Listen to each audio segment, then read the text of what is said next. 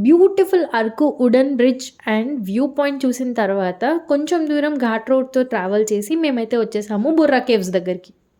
So, ఇంకా first lunch చేసి వెళ్ళడమే బెటర్ అనుకోని మేమొచ్చేసాము. అక్కడే ఉన్న ఒక హోటల్‌లోకి వెజ్ మీల్స్ తినడానికి. Complete veg meals. అసలు మా ఫ్యామిలీలో వాళ్ళకి వెజ్ అంటేనే పడదు. కాకపోతే ఏం చేస్తాం, అక్కడున్న ఆప్షన్ అదొక్కటే కాబట్టి ఇంక తినక తప్పలేదు. కానీ చాలా బావుంది వెజ్ మీల్స్. ఇంక కడుపు నిండా తిన్న తర్వాత నడవాలి అనంటే ఎక్కడ కుదురుతది చెప్పండి? కాకపోతే కొంచెం దూరమైతే నడవాల్సి ఉంటుంది బొర్రా కేవ్స్ ఎంట్రన్స్ వరకు వెళ్ళడానికి. కార్ పార్కింగ్ ఏరియా దగ్గర నుంచి వ్యూ అయితే చాలా బావుంది. ఫుల్ గ్రీనరీగా అండ్ ఎత్తైన కొండలతో చూస్తున్నారు కదా!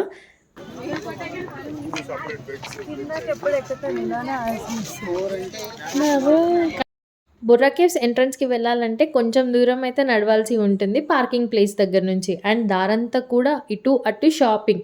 ఇంకా ఆద్వి, తేజాన్స్‌తో అయితే పెద్ద గొడవనే. ఇంక షాపింగ్ చేద్దాం ఫస్ట్ అని.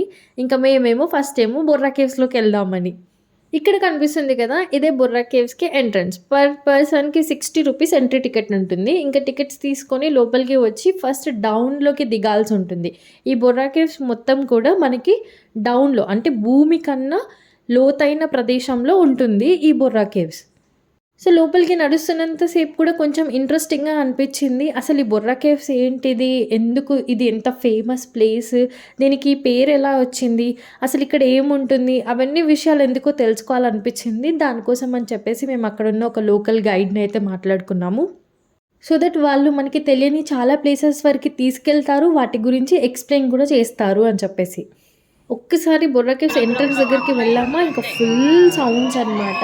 వెళ్ళిన ప్రతి ఒక్కరు కూడా ఆ గృహలలో ఇలా అరుస్తా ఉంటారు. ఫుల్ కేవ్స్ లాగా చీకటిగా. ఇప్పుడు మనం వెళ్తేనేమో ఫుల్ లైటింగ్స్‌తో చాలా అందంగా ఉంటుంది. కొన్ని ప్లేసెస్ దగ్గర ఇలా రీసౌండ్ లాగా వస్తా ఉంటాయన్నమాట. సో, అందుకని చెప్పేసి ఇంక వెళ్ళిన ప్రతి ఒక్కళ్ళు కూడా అక్కడ కావాలని ఏదో సౌండ్స్ చేయడము, దానికి రీసౌండ్స్ అని రావడము, అదొక చిన్న థ్రిల్లింగ్ లాగా అనిపిస్తా ఉంటుంది. అందుకే మనకి ఎక్కువ సౌండ్స్ వినిపిస్తా ఉంటాయి లోపల. మేము వెళ్ళింది వీకెండ్ డేస్. అందుకని చెప్పేసి చాలా రష్‌గా ఉంది ఈ బుర్రా కేవ్స్ మొత్తం కూడా. చూస్తున్నారు కదా ఎంతమంది ఉన్నారో ఫుల్ రష్‌గా. అండ్ లోపలికి వెళ్తున్న కొద్దీ కూడా మనకి చాలా మంచిగా ఇంట్రెస్టింగ్‌గా అనిపిస్తుంది లైటింగ్స్‌తో. ఈ వీడియో మొత్తం కూడా చాలా ఇంట్రెస్టింగ్‌గా ఉంటుంది. మనకి తెలియని చాలా విషయాలైతే గైడ్ మనకి ఎక్స్‌ప్లెయిన్ చేస్తారు. చూడండి మిస్ అవ్వకుండా. కొంచెం నాయిసీగా ఉంటుంది. కాకపోతే మీరే ఇంట్రెస్టింగ్‌గా వింటే మీకే అర్థమవుతుంది ఈ బొర్రా కేవ్స్ గురించి డీటెయిల్డ్‌గా. తేనెపట్లు గబ్బిదలు ఉండే కేవ్స్ అది. ఇదంతా మీకు లోపలికి వేరే కేవ్. లోపలికి అంతా వేరే కేవ్. ఇక్కడ లోపల ఇంకా దారి చేయలేదు. Trekking caves. లోపల ఇంకో 2-3 కిలోమీటర్స్ కేవ్ ఉంటుంది. లోపల తేనెపట్లు గబ్బిదలు ఉంటాయి. పెద్ద కేవ్ ఉంది. ఇలా శాసనం అంతా వాటర్ కారుకుంటూ అలా తిరుగుతుంది. అంత వాటర్ అక్కడ ఏముందా అని చూస్తే అప్పుడు గోలు ఉన్నాయన్నమాట. బొర్రా గోలు ఎప్పుడు అంటే 150 కోట్ల సంవత్సరాల నాటిది. గోలు కనుగొన్నది 1807. బొర్రా అంటే ఒడియా భాషలో గోలు. Blue marble, white marble stones, తెల్లని స్టోన్స్. మార్బుల్ స్టోన్ అంట. పులి ఉంటుంది. Blue marble, white marble. సరే అదే సార్ కార్లు జమ అయిపోతారు వాళ్ళకుంటే పక్కన లేపి ఫోటో తీసుకుంటే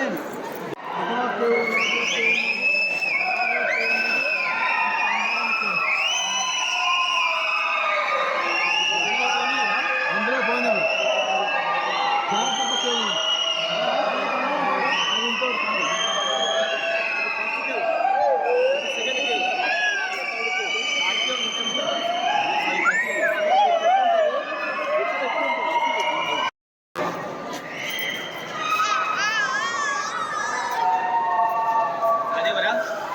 చాలా పెద్దగా ఉంది. మాట దిగిరా మాట.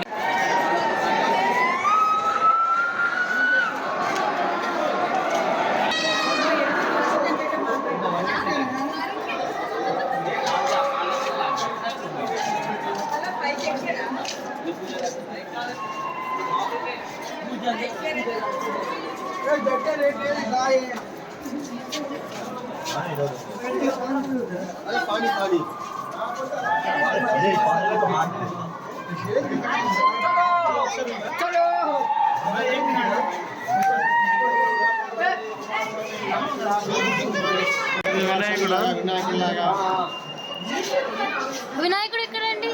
ఇదే ఇక్కడ ఓకే. లాగా ఎంత ఏనుగులాగా శివ పార్వతి లాగా. ఓ, అదంతా వాటర్ పడే అయిందా ఇలాగా? ఇది ఏనుగు, ఏనుగు మీద ఏనుగు గణేష్ ఇంకా ఇద్దరే కదా.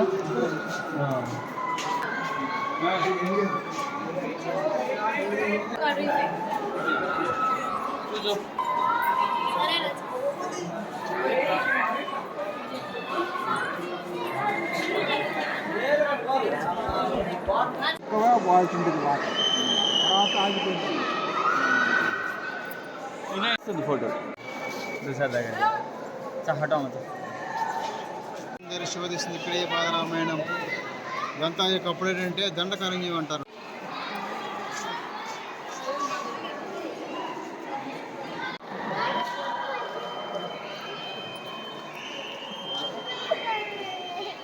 లవకుశ కొండలు.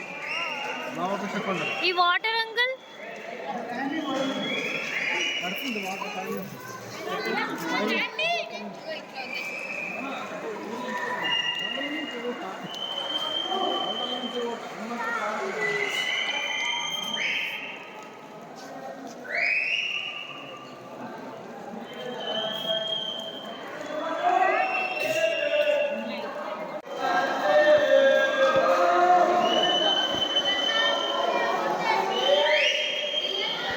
పాదాలు. ఇదో పాదం. ఓకే.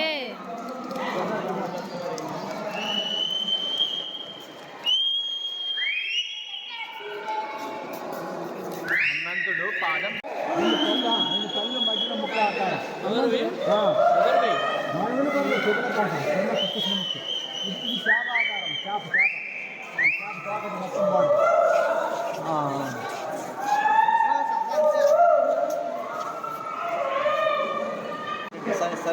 సైంటిఫిక్ గంధకం కొండల్లో వచ్చిన అన్ని తిప్పనమాట. మానస సరోవరం. అప్పుడు కాలం లేదన్నమాట, తర్వాత కట్టించారు కాలం. ఆహా, ఆ మూవీ కోసం కట్టించారా? ఇక్కడ తీస్తే మూవ్ తీసిన తర్వాత కట్టించే తర్వాత లోపలికి వెళ్తే అట్లా దూరిపోయి లోపల చిన్న గుహలు ఉంటాయి. పడుకొని పాపుకున్నది అలా మీదకి వస్తారు. ఓకే. పడుకొని పాకాలి అలా.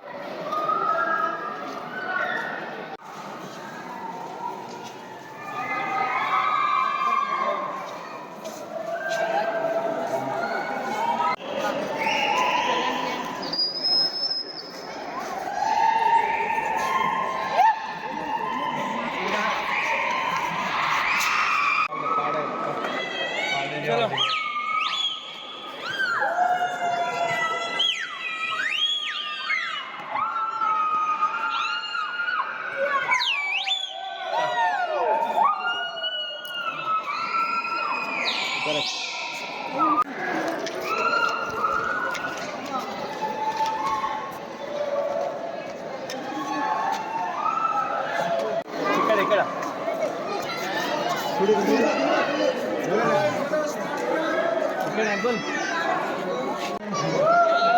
అరగత్ర అది నీ బరకేసి లేరండి. అరగలే నేను వెళ్తున్నాం వైజాగ్ కచ్చి వాటర్ ఫాల్స్, కాపరే వాటర్ ఫాల్స్, కొండెక్కల దగ్గరది. ఇక్కడ కటికి వాటర్ ఫాల్స్ కొండెక్కల. అక్కడ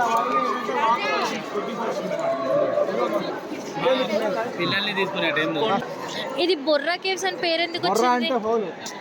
ఓకే. ఆదివాసీ లాంగ్వేజ్ బొర్రా, ఒడియా భాష. ఓకే. ఎన్ని సంవత్సరాలది ఇది? 150 కోట్ల సంవత్సరాలు. కోట్లు. ఎన్ని అడుగుల లోతుంది ఇది? 250 అడుగులు హైట్. పైనుంచి ఏమేమి రాళ్లతో కలిసింది? సున్నపురాయి, పాలరాయి, కొవ్వురాయి, అగ్గిరాయి, ఇనుమురాయి, మైకారాయి. సున్నపురాయి ఎక్కువగా ఉంటుంది. ఓకే, సున్నపురాయి, పాలరాయి, కొవ్వురాయి, అగ్గిరాయి, ఇనుమురాయి, పాలరాయి అన్ని గట్టిగా ఉంటుంది అనమాట. Thank you.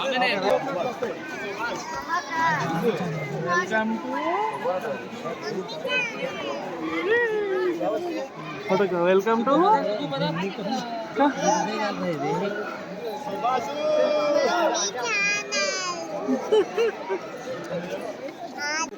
Borra caves complete అయిపోయింది. అయితే ఎలా అనిపించింది?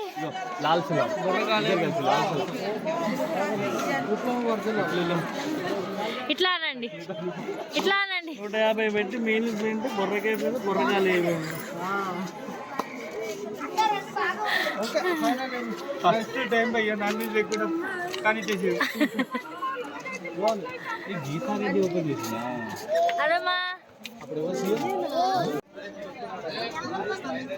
కాయ చాను అదమ్మా.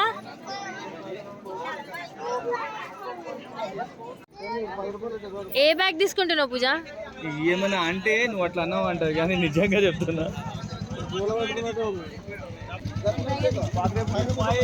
తెలుస్తుంది. తీసుకున్నాడు ఏంటి ఏంటి ఇచ్చేస్తున్నాను. ఆమెకి 2-3 ఇప్పించాము, మొత్తం పారవ ఇది తీసుకున్న వేస్ట్.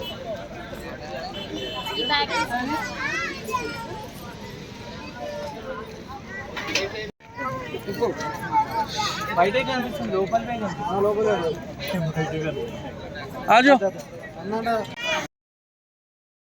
బొర్రా కేవ్స్ అయితే చాలా బాగుంది ప్లేస్, మంచి లైటింగ్ స్పాట్స్తో. అండ్ తర్వాత బయటికి వచ్చిన తర్వాత ఇంకా షాపింగ్, ఇంకా నేను పూజ ఆద్వి అందరం కలిసి హ్యాపీగా బ్యాగ్ షాపింగ్ అయితే చేసాము. చాలా మంచి కలెక్షన్ ఉంది ఇక్కడైతే. అండ్ దెన్ ఎప్పుడెప్పుడా అని ఎదురు చూసిన వైజాగ్లోకి మేమైతే ఎంటర్ అయిపోయాం. బొర్రా కేవ్స్ తర్వాత ఒక 2 to 3 hours ట్రావెలింగ్ అయితే పట్టింది మాకు వైజాగ్కి రీచ్ అవ్వడానికి. ఇప్పుడు కనిపిస్తుంది కదా, ఇదే వైజాగ్ బీచ్ రోడ్. ఎప్పుడెప్పుడు రీచ్ అవుతామా, ఎప్పుడెప్పుడు బీచ్ దగ్గరికి వెళ్ళొచ్చు అని అయితే మేమైతే చాలా ఎగ్జైటెడ్గా వెయిట్ చేస్తూ ఉన్నాము. తెల్లగా ఉన్నప్పుడు ఎక్కినాం కారు.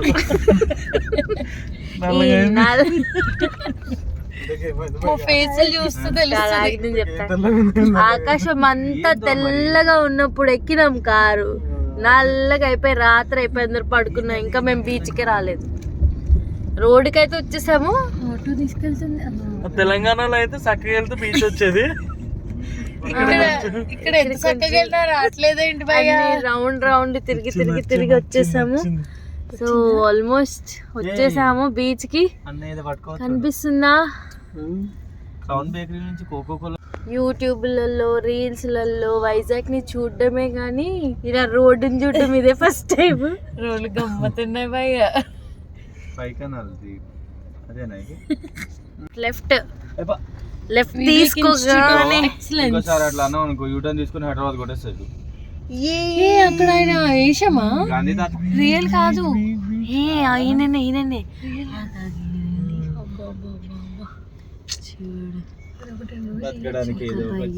వేషం వేసుకొని నించొని ఉన్నాడు రోడ్ పైన. ఫిషింగ్ హార్బర్ 2.1 అంట, ఉడా పార్క్ 2.5 అంట. బీచే కనిపించేది, చక్కగా కనిపిస్తుంది అది బీచే. మా వాళ్ళు లెఫ్ట్ రైట్ అంటారు, అన్ని ఇగ్నోర్ చేయండి. బీచ్ అంట తుమ్ముతామండి, రాగానే తుమ్ముతామండి. 2 kilometers ఉంటుంది ఇక్కడ నుంచి. అమ్మయ్య, ఈ రోడ్డుకి రావడానికి ఇన్ని సంవత్సరాలు పట్టింది. మా తేజన్స్ కూడా దయచేసాడు. మళ్ళీ యూటర్న్ తీసుకున్నాం. వైజాగ్ బీచ్ రోడ్ పెద్దయ్య డ్రైవింగ్ తో, చిన్నయ్య మ్యాప్స్ తో వైజాగ్ రోడ్డుకి అయితే వచ్చేసాం. మనం లోపల ఎంట్రీ అయింది, ఎగ్జిట్ అది. ఓ సో ఇక్కడ నుంచి వైజాగ్ బీచ్ రోడ్ అయితే స్టార్ట్ అయిపోయింది. ఒక్కసారి కార్లో ఇలా వ్యూ, చిన్న ఫుడ్ కోర్ట్, బే వ్యూ హోటల్ దానికన్నా ముందు నుంచి స్టార్ట్ అయ్యాము. Victory at see 1971. 4 స్తంభాలను కూడా పెట్టారు. కానీ మా కార్లో 3 సింహాలు 4 సింహాలు ఉన్నాయి. అబ్బో, మా కార్లో కూడా 4 సింహాలు ఉన్నాయి.